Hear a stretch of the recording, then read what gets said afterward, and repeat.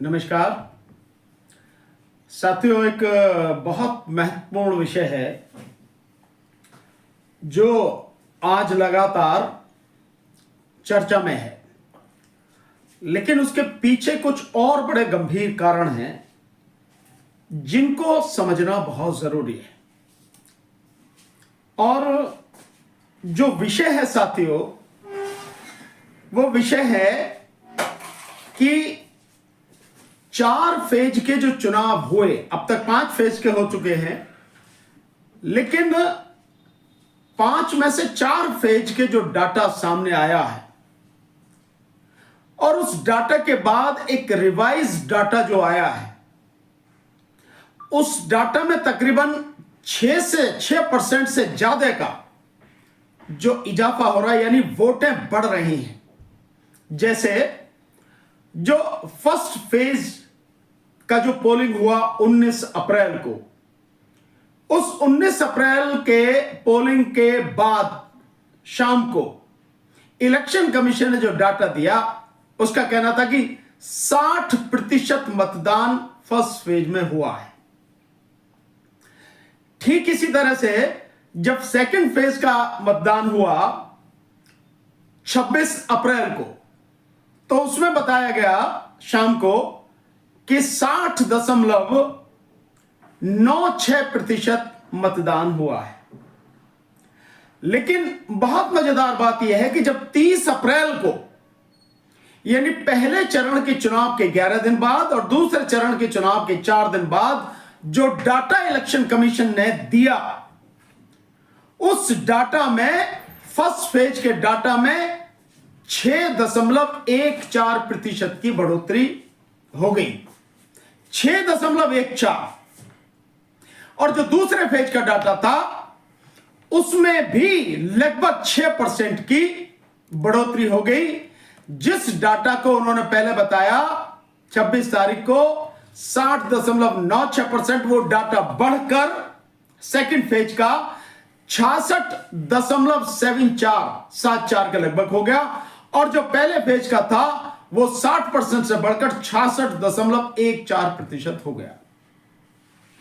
और जो total data in चारों फेजों का हुआ बढ़कर, उसमें जो कुल वोट बढ़े वो 1,07,00,000 वोट बढ़े। 1,07,00,000, यानी जिस दिन वोट पड़े इन चारों फेज में, उस दिन जो डाटा इलेक्शन कमीशन ने दिया फर्स्ट, सेकंड, थर्ड और फोर्थ फेज के चुनाव वाले दिन, उसके बाद में जो रिवाइज डाटा दिया उसमें 1,07,00,000 वोट बढ़ गए।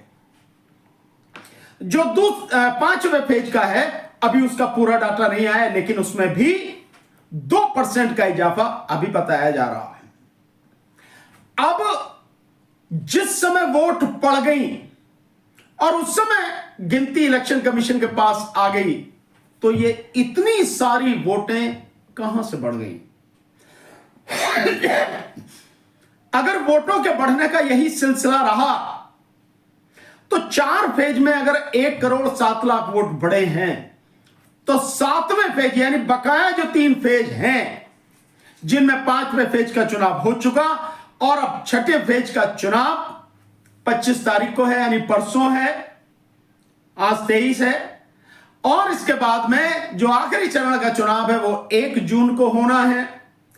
इन तीनों चरणों का आएगा तो इसका मतलब यह होगा कि लगभग 2 करोड़ के लगभग ये वोटें बढ़ जाएंगी, अनुमान जिस हिसाब से बढ़ रहा है। तो ये बढ़ कैसे रहा है? एक बड़ी मजेदार बात है कि जो फॉर्म 17 है, 17C, जिसमें इंफॉर्मेशन होती है आपके पास में कि जो कंट्रोल यूनिट है उसका नंबर क्या है, बैलेट यूनिट का नंबर क्या है, वीवीपैट का नंबर क्या है, पोलिंग स्टेशन का नंबर क्या है, कितनी वोटें पड़ी हैं, पुरुष कितनी, महिला कितनी, वो टोटल वोट उसमें कितनी थी उस बूथ पर, और कितनी वोटें पड़ी, कितनी बकाया रह गई, यह सारा का सारा फॉर्म एक साथ भरना होता है और भर के शाम को जैसे ही मशीनें सील होती हैं उसके तुरंत बाद ही जो पोलिंग एजेंट होते हैं वह भिन्न भिन्न पार्टियों के उनके सिग्नेचर करा के एक एक कॉपी उनको दी जाती है और तुरंत ही वो इलेक्शन कमीशन ऑफ इंडिया को भेज दिया जाता है। जब वो फॉर्म 7 के साथ भेज दिया जाता है तो वो जो डाटा आपके सामने आ रहा है उसके बाद कौन सा डाटा है जो ये बढ़ के आ रहा है।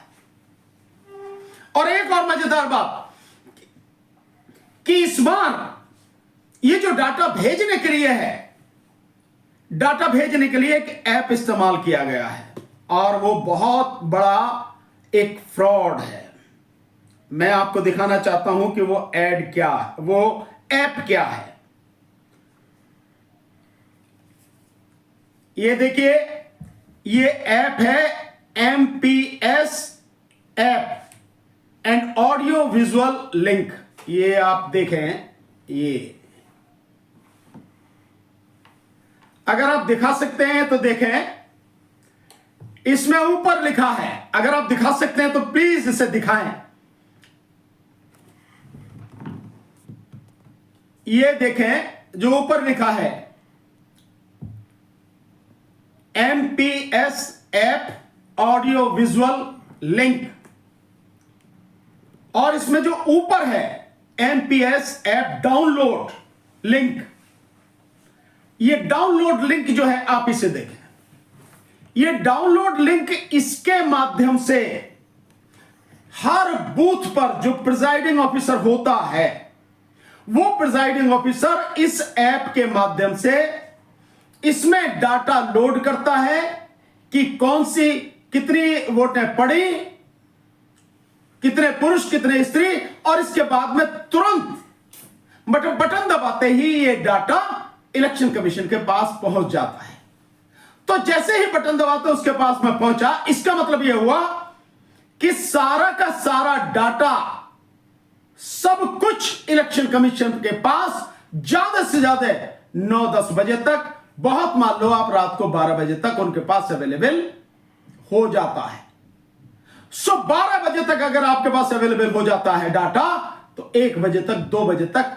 और अब तो एस वाई कुरैशी जो इलेक्शन कमिश्नर है उनका कहना यह है कि सुबह 7 बजे तक तो हर सूरत में सारा डाटा हमारे पास होता है और सुबह 7 बजे बता देना चाहिए। तो आप पहले उस दिन बता के आप 11 दिन बाद, 4 दिन बाद, 2 दिन बाद कैसे आप इस डाटा को रिलीज कर रहे हो। इसका मतलब साफ है कि आप जो कर रहे हो, और ये जो मैंने आपको लिंक बताया इसमें देखिए बाकायदा लिखा है, ये इलेक्शन कमीशन की तरफ से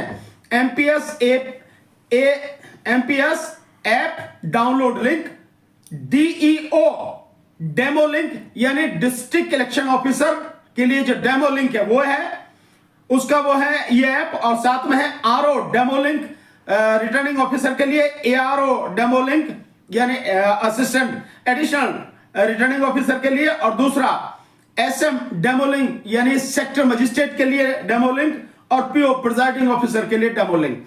ये सारे ऐप हैं और इस ऐप के माध्यम से जब आपके पास हर चीज तुरंत अवेलेबल है तो आप क्यों इतना समय लेकर डाटा बढ़ा हुआ दिखा रहे हैं। और दूसरी मजेदार बात जो मैं यही बताना चाहता हूं, इस ऐप को मैंने जो दिखाया है आपको, यह बहुत जरूरी है। इस 6.5% जो वोट बढ़ा है इसके माध्यम से बेईमानी हो चुकी। कैसे हो चुकी आप इससे अंदाजा लगाइए। जो डाटा है उसके देखें, टोटल वोट जो बढ़ा इन 4 फेज में 1,07,00,000। उस 1,07,00,000 में फर्स्ट फेज में जो वोट बढ़ा 18,60,000। जो पहले 60% था 66.14% हो गया।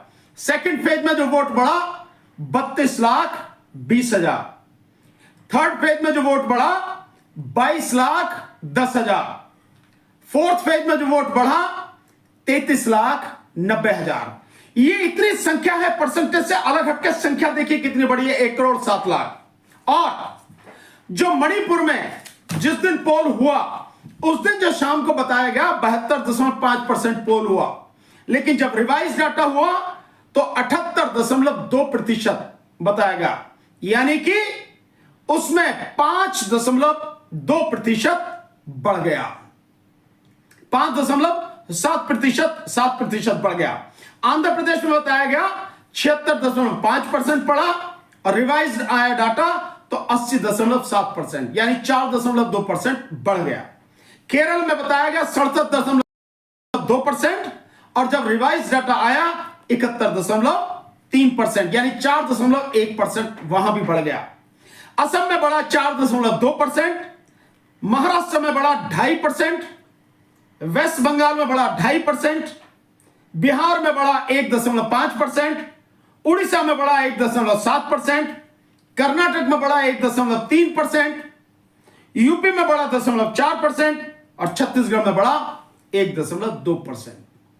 इतने प्रतिशत डाटा बढ़ गया। अब आप इसको देख लें कि इससे वोटों पे कितना असर पड़ता है, कि वोट परसेंटेज से नहीं पता लगेगा, लेकिन वोट से पता लगेगा कि कितनी वोट बढ़ी। यानी हर पार्लियामेंट्री कॉन्स्टिट्यूएंसी में, यानी हर लोकसभा क्षेत्र में अलग अलग राज्यों में कितनी वोटें बढ़ी, आप इसका अंदाजा लगाइए। और ये वो देश है, ये देश का हर जगह की जीत जो है 1 वोट से लेकर 400 vote, 500 vote, 100 vote, 50 vote, 1000 vote, 2000 vote, 5000, 10,000 इतने तक से हार जीत होती है और बहुत सीटों पर हार जीत होती है। 1 वोट से अटल बिहारी वाजपेयी जी की सरकार चली गई थी पार्लियामेंट में। सो असम में जो वोट बढ़ी, जो परसेंटेज बढ़ा, उससे असर कितना पड़ा है, एक पार्लियामेंट्री कॉन्स्टिट्यूंसी पर 28,000 वोटें बढ़ गई। दूसरे जो तेलंगाना में आप देखें, जबरदस्त यह तो अलग ही हिसाब है। तेलंगाना में जो वोटें बढ़ी हैं, हर पार्लियामेंट्री कॉन्स्टिट्यूंसी में 60,000 वोट, हर पार्लियामेंट्री कॉन्स्टिट्यूंसी में। महाराष्ट्र में 30,000 वोट, वेस्ट बंगाल में 30,000 वोट, बिहार में 15,000 वोट, उड़ीसा में 17,000 वोट, कर्नाटक में 13,000 से लेकर 15,000 वोट। इतनी वोटों का अंतर हर पार्लियामेंट्री कॉन्स्टिट्यूंसी पर पड़ गया। अगर इस सारे का औसत निकालते हैं तो हर पार्लियामेंट्री कॉन्स्टिट्यूंसी पर, यानी 4 पेज में जो हुई है 379, उन पर लगभग 28,000 वोटों का अगर औसत निकाल लेते हैं, अलग अलग स्टेट में इतना पड़ता है। माध्यम से इस देश में ये 2024 के लोकसभा चुनाव को जीतने के लिए करनी थी, वो कर ली है। और जहां तक करने की बात है, बहुत कुछ ऐसा लगता है कि ईवीएम के साथ साथ अब जो खेल चला है वो नया खेल है, जो बाकायदा नेट के माध्यम से जुड़ा है। ये जो लिंक मैंने आपको बताए साथियों, क्या ये लिंक इलेक्शन कमीशन की ड्यूटी है? जो पार्टियां चुनाव लड़ रही हैं, जो कैंडिडेट चुनाव लड़ रहे हैं, क्या ये लिंक उनको भी बताए गए हैं? ये लिंक किसी को नहीं बताए गए हैं। एक उदाहरण मैं आपको बताता हूं। एक ऑफिसर, जब उसका मिलान नहीं हुआ वोटों का, जितनी वोट पड़ी थी, जब उसके बूथ पे मिलान नहीं हुआ, बहुत परेशान हो गया। तो उस ऑफिसर ने अपने सीनियर को, जो डिस्ट्रिक्ट में होता है, एआरओ होता है या आरओ होता है, उसको फोन किया कि ये मिल नहीं रहा।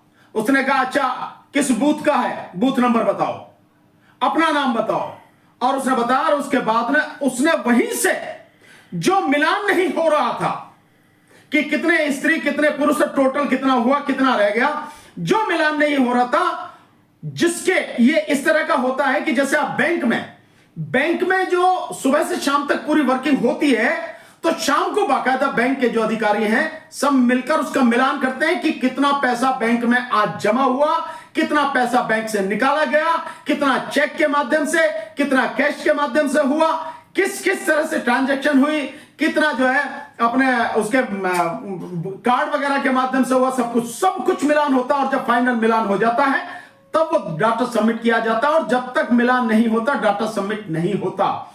ठीक इसमें भी जब तक आप इसमें पूरा मिलान नहीं हो जाएगा, डाटा सबमिट नहीं होगा। लेकिन उस अधिकारी से, प्रिजाइडिंग ऑफिसर से इतना पूछ के उस ऊपर के अधिकारी ने, जिसके पास कंट्रोल है, उस अधिकारी ने मिलान करके भेज दिया और कह दिया हाँ जा, हो गया, सबमिट हो गया। जहां हार जीत ही एक वोट से लेके 10, 200, 500, 1000, 1500, 2000, 2500, 5000, 10,000, ये 28,000 वोट। और अगर आप देखेंगे तो महाराष्ट्र में 30,000 वोटों का अंतर है। वेस्ट बंगाल में, पश्चिम बंगाल में 30,000 वोटों का अंतर, बिहार में 15,000 वोटों का अंतर, और तेलंगाना में 60,000 वोटों का अंतर। 60,000। इसका मतलब इससे यह बात जो है साबित हो रही है कि ये जो वोट बढ़ी है इन्हीं वोटों की वजह से, क्योंकि अमित शाह को मालूम है, इसीलिए अमित शाह ने कहा था कि हमें तेलंगाना में अच्छी जीत मिलेगी, हमें आंध्र प्रदेश में अच्छी जीत मिलेगी, हमें कर्नाटक में मिलेगी। साउथ की जो बात करा तो इसी आधार पर कह रहा है।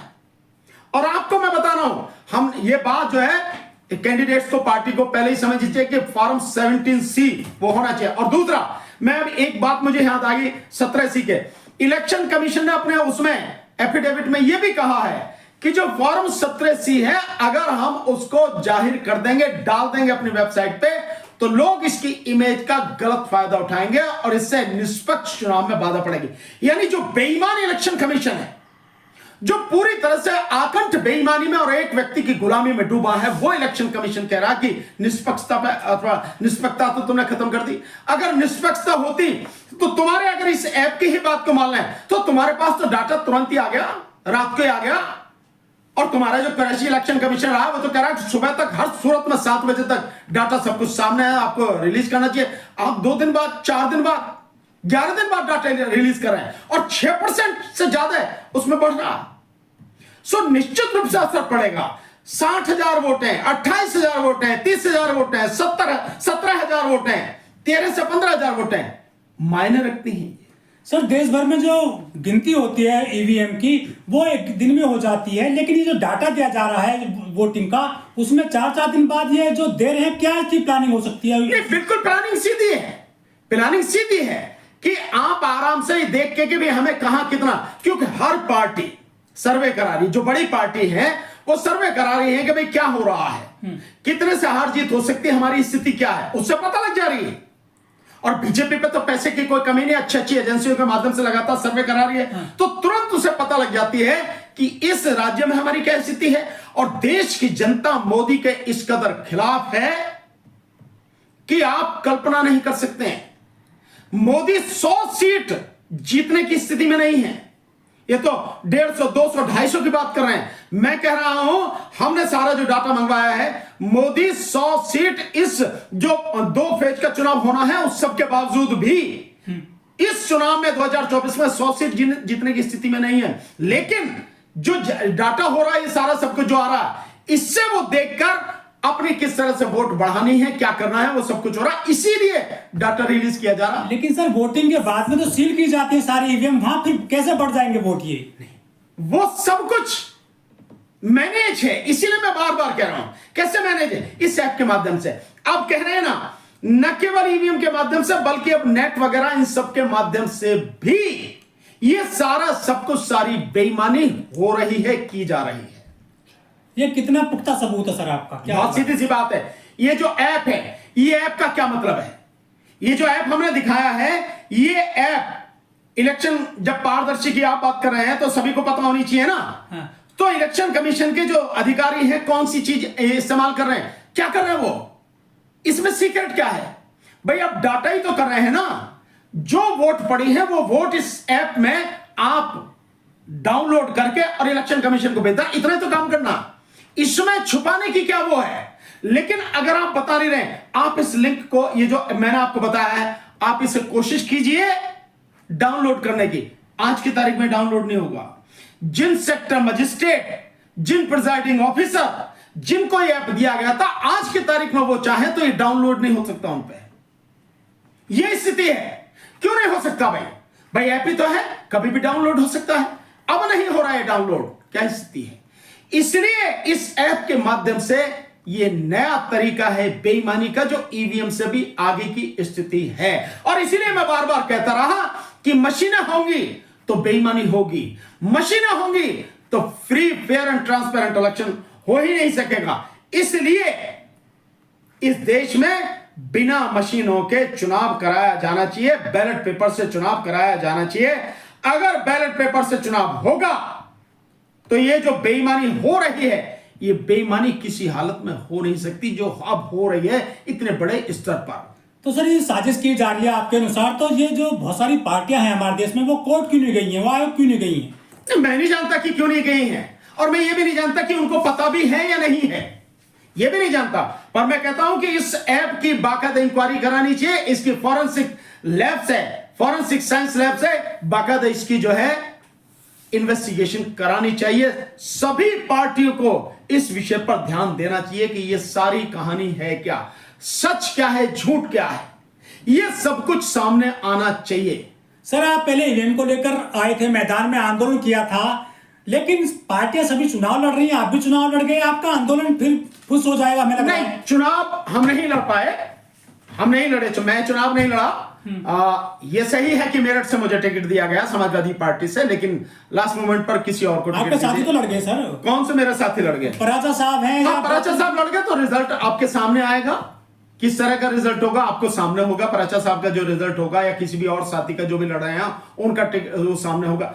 ऐसा कुछ नहीं है कि अगर कोई साथी लड़ रहे हैं तो वो चुनाव नहीं लड़ सकते, ईवीएम की लड़ाई लड़े तो वो चुनाव नहीं लड़ सकते।